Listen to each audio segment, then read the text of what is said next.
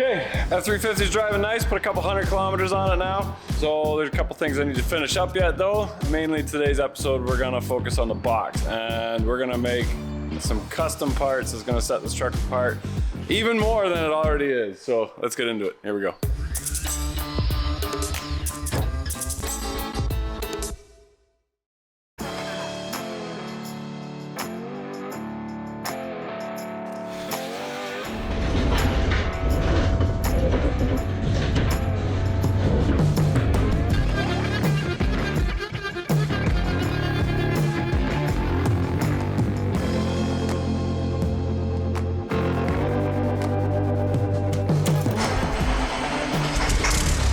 Okay, so now we've got transmission, but we can't move the truck. From here, I'm gonna replace all of them. Torque converter lockup. We got a running, moving truck. We got Oshcut to laser cut Caterpillar letters out of aluminum. I'm going to pull the box off. I'm gonna undercoat it the same way that we did on the front. Okay, so this is our 28-foot car hauler. Okay, so to finish off the tailgate, we got a new panel from Built Not Bought Industries. And while the stock panel has 3 plastic clips that go through large holes in the tin and gets bolted through the back, the new panel does not. So I had to figure out how to attach this panel securely to the tailgate, and Oshcut came to mind. So we got Oshcut to laser cut Caterpillar letters out of aluminum. Unfortunately, I asked him to make them out of 3/4 inch aluminum, which was actually way too thick. So I had a shop in town, cut them in half again, and now we have a set of 2. So I started by powder coating them with a cheap Amazon powder coating system, and having never done it before, it was actually really easy. Basically, I borrowed Kevin's little toaster oven and set them up on the grill so that I could just slide them in once I powder coated it. The tin allows you to ground the strap to it, and you magnetize basically or polarize the powder, and it sticks nicely to the letters. Baking them is super easy, and then drilled and tapped them to secure them to the tailgate and to the panel. Now, anybody wanting to come across has no chance of stealing them. Ooh, that batch looks good.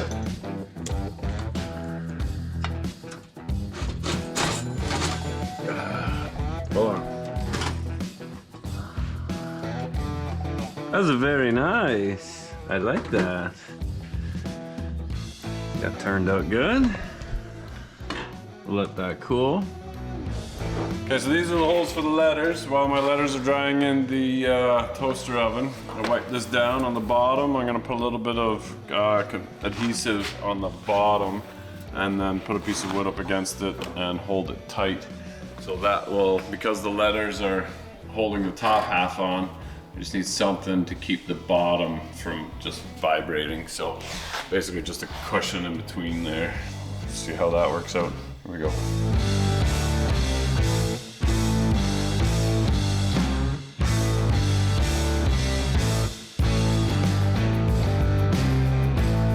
Okay, so I can cook, but I've never actually baked before, but I think for my first batch of baking, that's not bad. I like that. I think the pea there is a little bit rougher than the rest. I don't know why. Maybe do that again. But, ooh, I like that. Nice, new hobby, powder coating. All right, we'll pull these off and start popping them on the tailgate. Here we go. Since I didn't like how the P, T, and E turned out, I just sanded the top off on the belt sander and hit them again. So easy. Stick them in the oven while I put the double-sided tape on the back of them, and then we're just about ready to bolt these down. Exciting.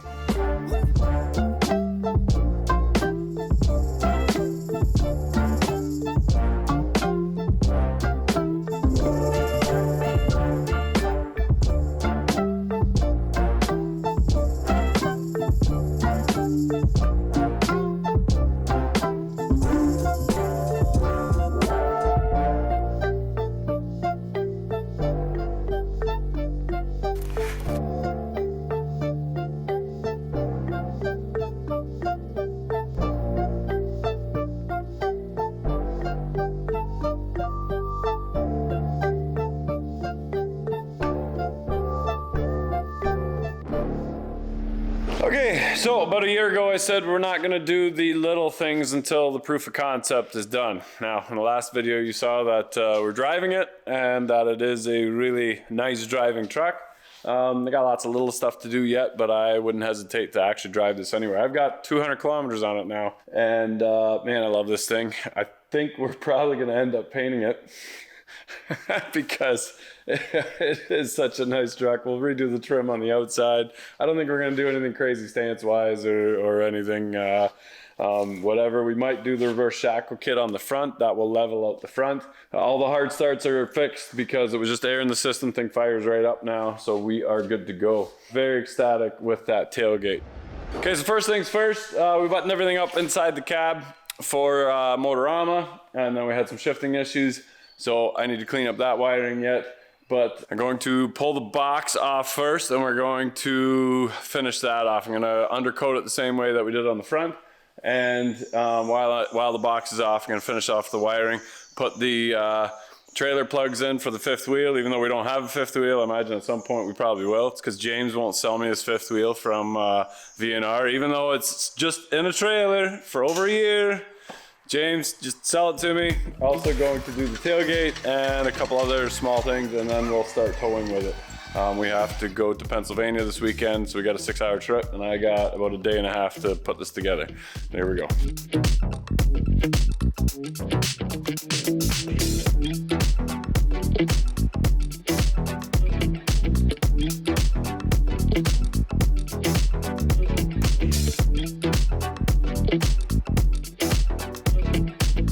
There was a little stint of our fake spring, and that's when we did our test driving on the transmission.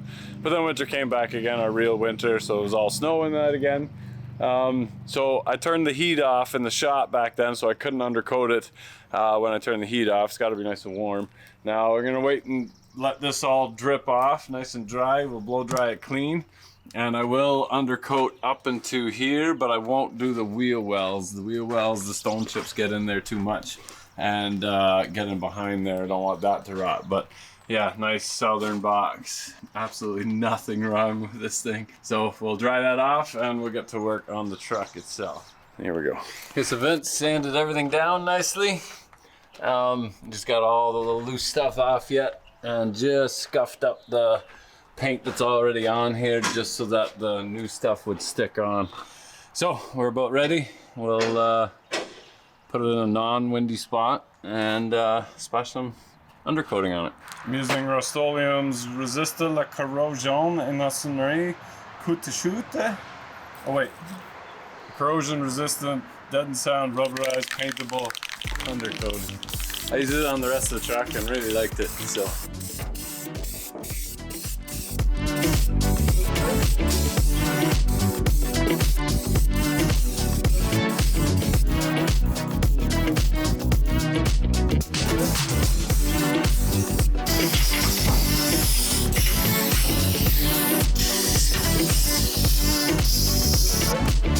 Okay, unfortunately the trailer plug from factory wasn't long enough to reach the back because we've got a giant ass truck. So we'll put this one in for the fifth wheel plug, and then I've already teed into it when I was doing the wiring into this nice heavy shielded cable, and I already ran that to the back. So I went to Princess Auto, grabbed a trailer plug and air fittings. So put the trailer plug nicely right here. That's where they are all on all the trucks, so my plug works nice for the trailer. And then I've got the air line back here too. This was just to verify the pressure from the sensor, but I'll disconnect that. We'll make a nice holder and everything for this. We're going to put air parking brake on our race trailer, so you can't steal the trailer unless you have the truck to match. And then when we go to hotels, we can take the cord from here into the hotel with us, then at least it'll slow them down, if nothing else. But they won't be able to remove tires or pull the trailer away without that air cord. So, yeah, let's make a bracket and get these parts on there. Here we go.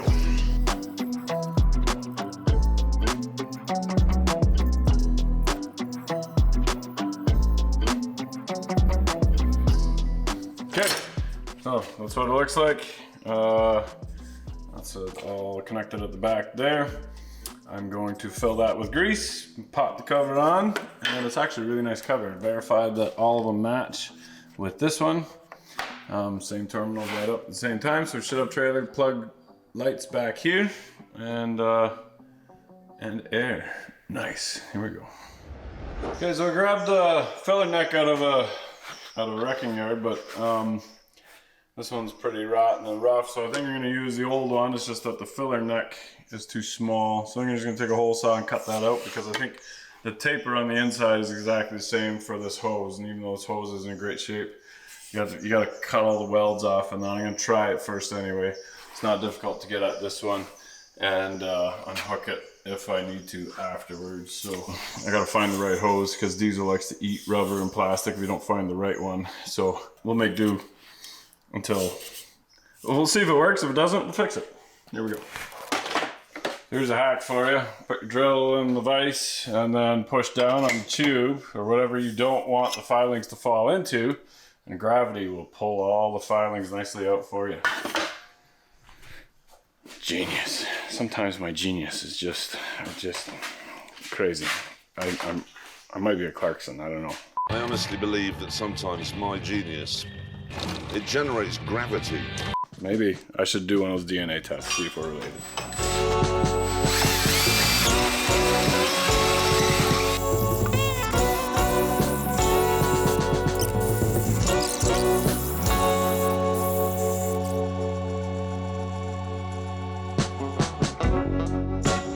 Okay, I made it up to here with the loom and then ran out of my big stuff, so I need to order some more loom, and I don't have the proper tech clamps to bolt it down. So everything's zip tied. Means I gotta pull the box off one more time, but it's okay, it's protected, it's not gonna go anywhere. Good old zip ties to the rescue. In the meantime, the box is all nice and dry, and take a look at this. Doesn't that just look beautiful underneath there? Looks brand new. So that should be protected for a while, so we can drop the box back on it again, bolt it down for the second last time. Here we go.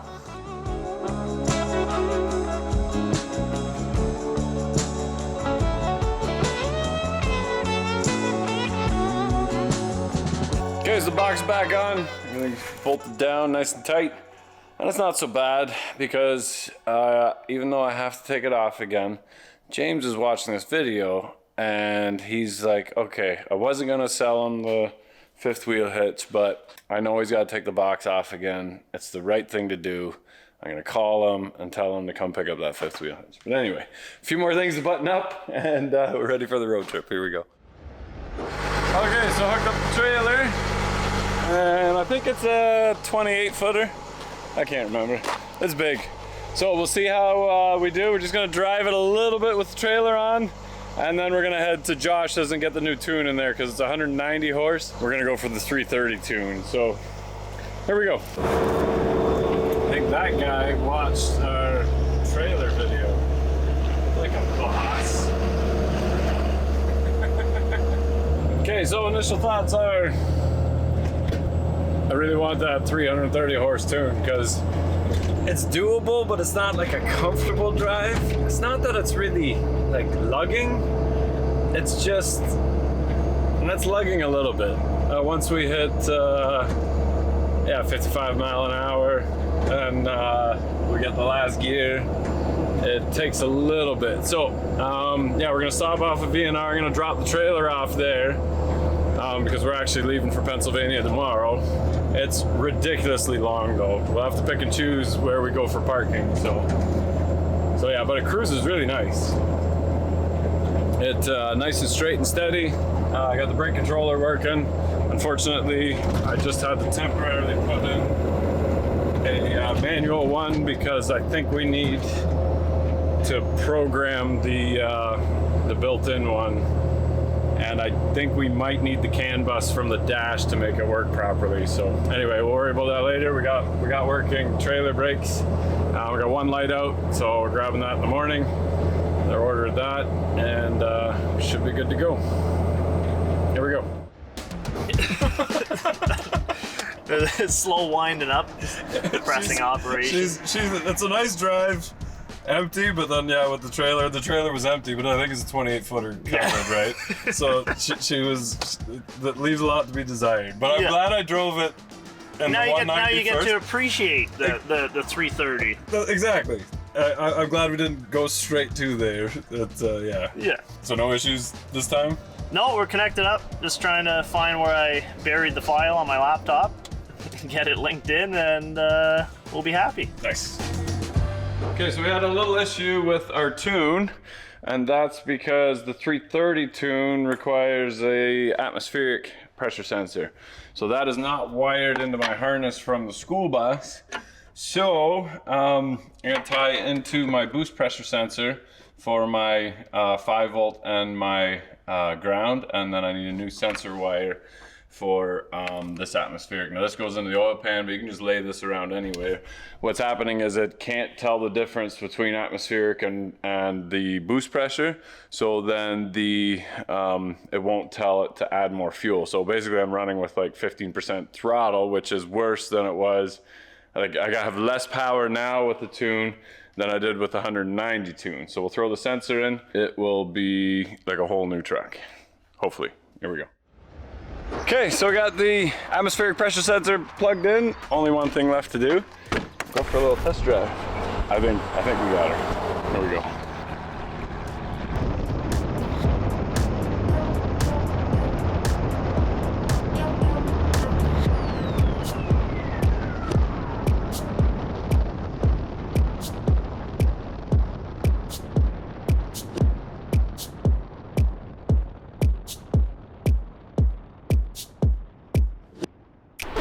Okay, so I was recording the troubleshooting that boost leak, but unfortunately it was leaking out of here, but I switched the setting on my camera and lost the audio. But there's 2 rings that hold this boot on, and right underneath the ring it just wore, and it wouldn't leak at 5 pounds of boost or less, but after 10 the noises got louder and louder, and that's where it is. So I replaced the boot already. I'm gonna order a new one of these. It's good to have some spares in the truck anyway, because when you got no boost, you got no power. If we're going up hills, we've got big problems. So I've got my coupler, just my ABS piece, into my intake, and that charges the whole system.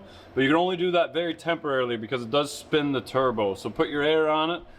Put regulated boost into it for whatever your max boost is going to be. If it's 30 pounds, put 30 pounds. But you can start with 5, 10, work your way up. Generally, if you got the leaks stopped at 10, the leaks aren't there, that's when the boots start popping off after 25, 30 pounds.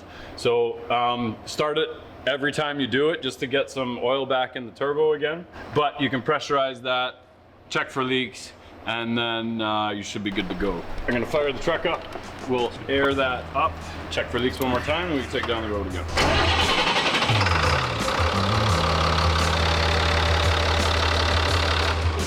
Oh, and I put this on the lathe, and I just shaved the hair off, so I got a bit of a lip there, because without that, your boots will pop off right away.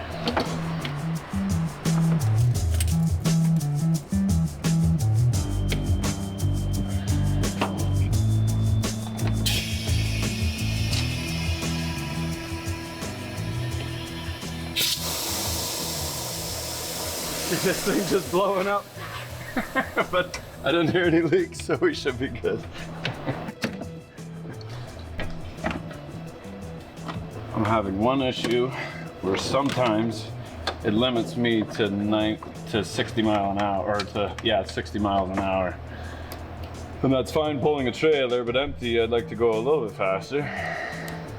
But then sometimes it'll go to 75, no problem. I don't know what that is. Some sort of safety. I gotta talk to Josh again and see if he can turn that off or if he knows what's going on.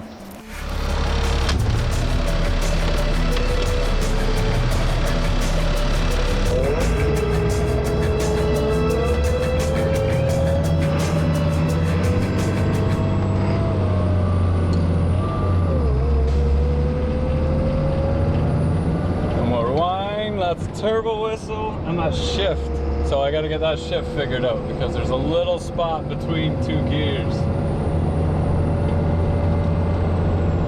Oh, so nice and quiet, but it's limiting me to 95 kilometers an hour. I wanna go faster.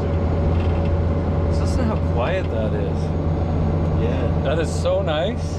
That Be Quiet, man, I got nothing but good stuff to say about it, because it is a super quiet truck for an old OBS with Bradley doors and old window seals and that. I can't believe how quiet it is. And now we're cruising right along. Oof. We'll throw the trailer on there, we'll see how she acts then. Very nice.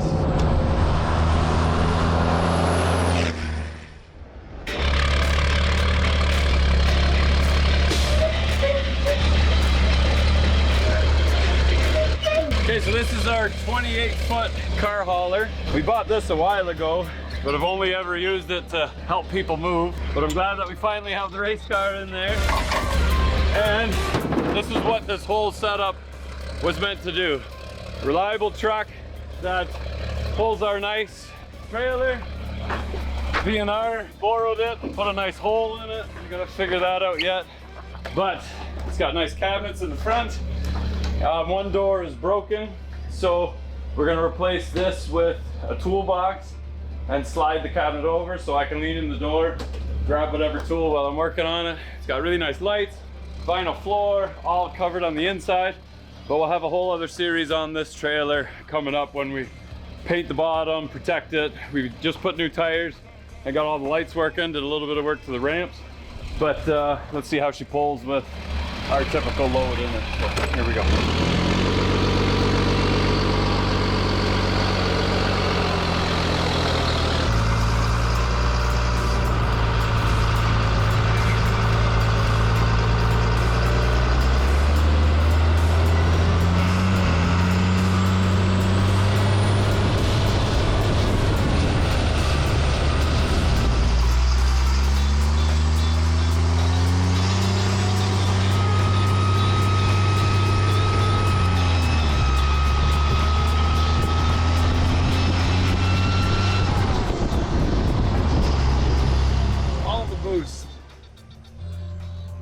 The shifts have to come a little quicker. There's a little spot there, but got 70 there.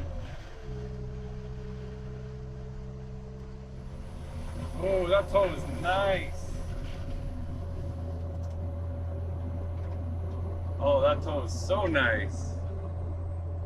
Not a bad ride at all, actually. Like comfortable wise. Just got to figure out this limiting to 60 miles an hour. Not that I want to do that with the trailer, but you gotta empty. I'd like to go a little faster. Temperatures are staying super cool. Fans aren't hooked up yet. I'll get to it. But as soon as the thermostat opens at 190, she hangs out at 193, 194. Transmission temperature about 140. And I don't think that fan has come on yet either. I think that's about the same temperature, about 180, 190, that fan kicks on. I was worried about that transmission cooler not getting enough air back there, but it seems to be just fine. I love this tractor. Which is why I had to build the Silverado and the compound turbo P-pump Cummins, because I figured if I didn't, I would never drive that truck again. Oh, what a nice feel.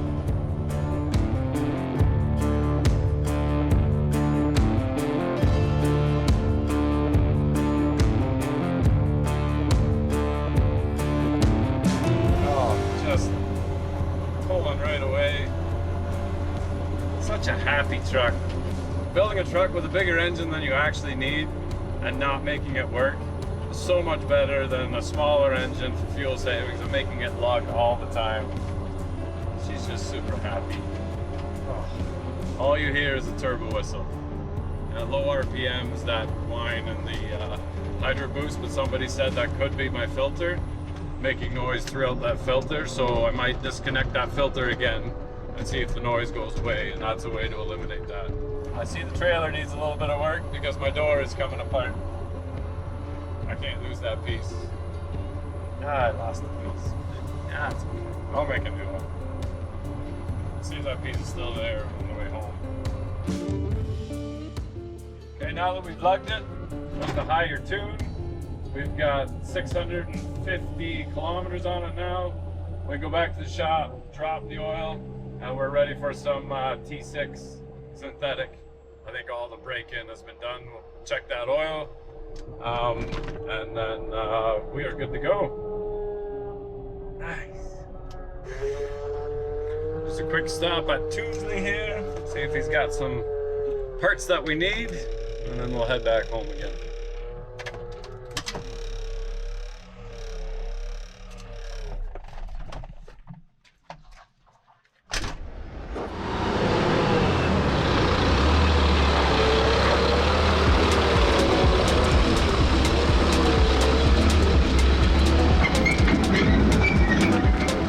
Okay, if you guys have been following along with the series, you know that we've got T4 into this engine. That was a initial break-in oil. We don't want to run synthetic in brand new engines because we want the parts to seat into each other. Synthetic oil, it's that much slipperier that it doesn't really grab and mate each other. Nothing on the magnet. So we put T4 in this initially, and we want to make that engine work as hard as possible. So went through all the gears and tried to put as much of a load as we could on this engine. And I can't do it without taking anything apart. So I drop the filter down, have to lean it to the front, and then push it out the back, and then go up. Very simple. When I was back working in the tractor dealership, the first thing we would do after a rebuild was put the tractor on a dyno, which ran off the PTO, and we would run it for 15 minutes full load. As the dyno went on from 1 minute to 15 minutes, you could actually see the horsepower increase on the output of that engine, and generally we gained about 10% over those 15 minutes. So now that we've done that, we've got about 850 kilometers on it, which is about 600 miles. All that break-in stuff is happening, all the metallic pieces, aluminum and everything is seated into each other. Nothing crazy, but you will have a lot more metal in the oil on your first oil change. You want to do that relatively quickly after that oil change. We're gonna put in our T6. Running a really good synthetic oil is really crucial on engines with the HUE system because it does use the engine oil to fire the injectors. So not only does the engine oil have to lubricate the engine and maintain temperatures, it also has to fire the injectors at an incredibly high pressure built by the HUE pump. Now I finally have brand new engines where we can run the good stuff, the T6 in there, so this kitty cat's gonna get T6 the rest of its life. Okay, so a couple other things we're gonna do to the truck. That annoying noise in the booster. Somebody said they put this aftermarket filter on the frame and it was making the same noise. So I do have a coupler. I'm gonna take the filter right out on the next test drive and see if the noise goes away. If it goes away, it's the filter. If not, it's probably the Hydroboost. And another squeak, something was hitting the windshield. So I just took the valance off because I think it's actually coming from outside. So if the noise goes away, then it's on the outside. If it's still there, it's something on the inside. Pretty simple diagnosing. I also have a catch can to actually go from my vent. I didn't like the factory plastic big tall one from CAT, so I'm going to put this nice one in from Poly. Big boy size for Caterpillars, but we'll mount that securely, and then it's got a nice drain on it. So a simple little bracket that I'll bolt right onto the power steering reservoir just on the side, and it'll tuck nicely right behind the intake. It's almost like I designed this intake just to fit this canister, because again, it is a big boy canister.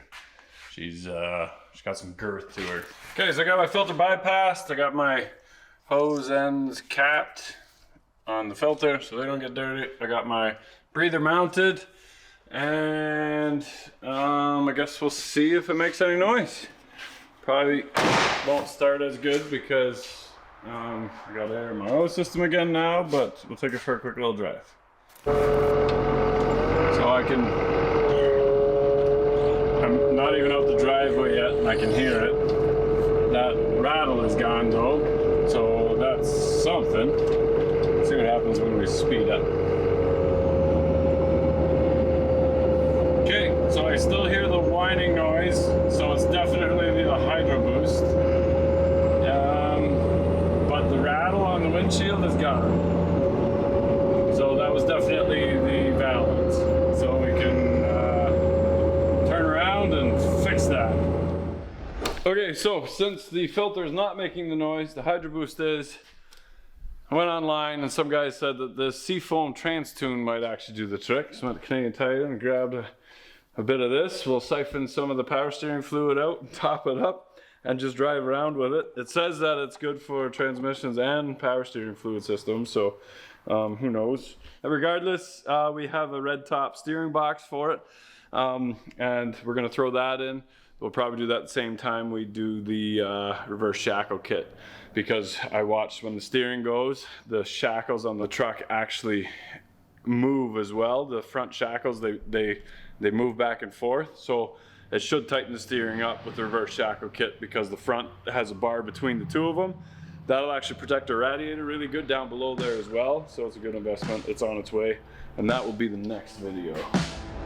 And you know the projects are pretty well nearing the end when the front drive shaft's going in. Now we did have this one in already. We sent it out again to get the slip yoke in the drive shaft itself.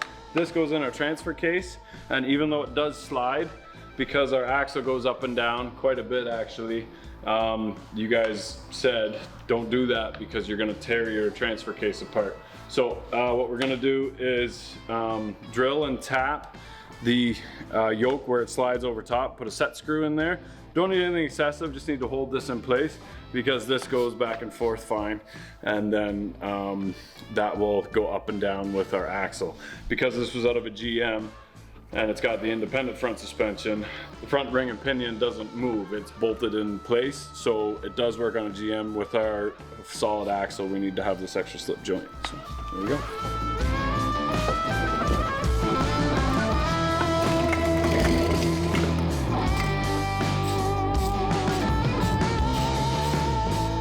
Even though the drive shaft is in, I need the, if anybody's got it, I need the piece, the bracket that bolts the side of the Allison and hooks up to the shift linkage on the transfer case. Because now, if we do get stuck, I can crawl under the truck and stick it in gear. But when we bought the transfer case, I didn't get the shifter linkage with it, so it's never quite done.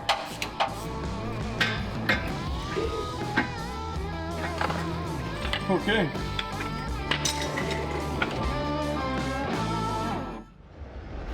Okay, so we've got a pile of stuff done, a few little things to do, and we'll keep making videos on the truck, but I'm happy to say that with almost 1,000 kilometers on it, the truck is finished. It's driving perfectly. It's doing exactly what we needed to do. It pulls that Audi just awesome. And even though I can pick away at all the stuff, we're probably gonna focus on the Audi and other projects just for the summer because it's summertime and I wanna drive it. We will not be driving this in the winter. So it's a good time to get the stereo right. One of the speakers is out, all these little things. And the more I look at it, the more I want to paint it. So we'll run into that later. We'll decide how the finances and stuff are. But to see the whole truck coming together exactly the way that I hoped it would, that dream we had 3 years ago, really, really cool. So thank you guys for sticking around. I know that this is a favorite of a lot of your guys's, and there will be a pile of content on it still, but more driving and tuning and alignment, things like that. But for the sake of the build, this is basically the build. Now, I did a lot of extra stuff that you might, that puts this build in a different league, welding in the fire wall, things like that. But you don't have to do that. I did show you guys that in an OBS, you can make the cat fit with the sledgehammer. Just push that firewall back a little bit. You don't have to rebuild the transmission. You don't have to rebuild the engine. You don't have to get new injectors and Huey and all that. You don't have to weld the firewall in. And on a lot more of a modest budget, you guys can do this cat swap as well. The wiring is super easy once you understand the CAN bus with the automatic. And all the sensors and stuff that's involved with that. It's not a big deal. Or just throw a manual behind it, have some fun rowing gears and whatever it is. But I'm really so far happy with this CAT engine. It's been a lot of fun. Jose, thank you very much for selling us this truck and trusting us with this truck. And we hopefully will be able to tow the Audi back out to California at some point, go for a nice cruise and let him drive it. But it's the end, but it's not the end. So I just wanted to put that out there that I really appreciate all of you guys helping out by watching and buying the FTreeKitty shirts and the merch and stuff like that. And to everybody that helped involved with this build, especially Scott rebuilding the engine, Excalibur transmission, those two huge things that now we can safely drive this thing across the country. So as always, get out there and work on it, guys. The feeling, the goosebumps that you get driving it and smiles it puts on your face is unlike any other thing out there. So I really want to encourage you guys to work on your stuff, get out there, get filthy, because if you're not filthy, you're not rich. Here we go.